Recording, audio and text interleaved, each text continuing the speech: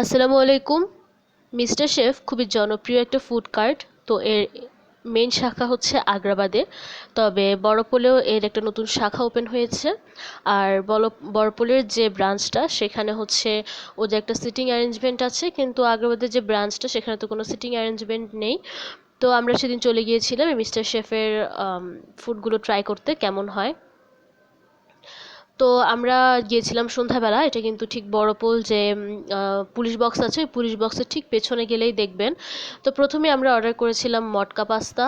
তো মটকা পাস্তার ওদের বেশ জনপ্রিয় একটা আইটেম, এটা প্রাইস ছিল 220 টাকা। আর মটকা পাস্তাটা আমার কাছে প্রাইস অনুযায়ী কোয়ান্টিটিটা একটু কম মনে হয়েছে, মানে একটু বেশি হলে কোয়ান্টিটিটা ভালো হতো। এখানে চিজ ছিল, তবে ঠান্ডা হয়ে যাওয়ার কারণে চিজটা পুরো জমে গেছে। বাট টেস্ট ভালো ছিল ওভারঅল। আমার কাছে এটা অ্যাভারেজ লেগেছে। আপনারা চাইলে ট্রাই করতে পারেন, তবে অ্যাগেন আই রিপিট, মটকা পাস্তার সাইজটা কিন্তু ছোট ছিল। মটকাটা যত বড় দেখাচ্ছে ভিডিওতে আসলে তত বড় ছিল না। এরপর এখান থেকে আমরা নিয়েছিলাম চিকেন বার্গার আর হচ্ছে সাব স্যান্ডউইচ, এটাও চিকেন ছিল।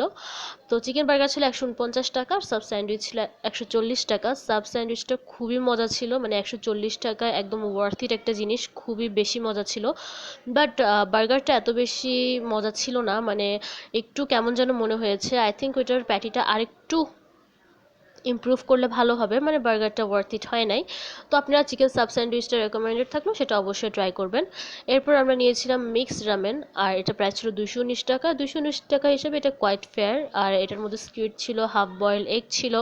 তো আপনারা যারা রামেন পছন্দ করেন তারা ট্রাই করে দেখতে পারেন, বেশ গুড একটা ডিল। এরপর আমরা অর্ডার করেছিলাম ক্লাসিক মিট বক্স, এটার মধ্যে ফ্রাইস ছিল এবং কিছু চিকেনের পিস ছিল, বাট এটা খুবই মজা ছিল, আপনারা এটাও ট্রাই করে দেখতে পারবেন। এটা প্রাইস অনুযায়ী আমার কাছে ঠিকঠাকই লেগেছে, মানে কোয়ান্টিটিটা একদম ওয়ার্থ ইট মনে হয়েছে, আর টেস্ট এটা খুবই ভালো ছিল। এরপর আমরা নিয়েছিলাম লাস্ট অফ অল একটা মিন্ট লেমনেড, এটা খুবই রিফ্রেশিং ছিল, এটা অবশ্যই ট্রাই করে দেখবেন।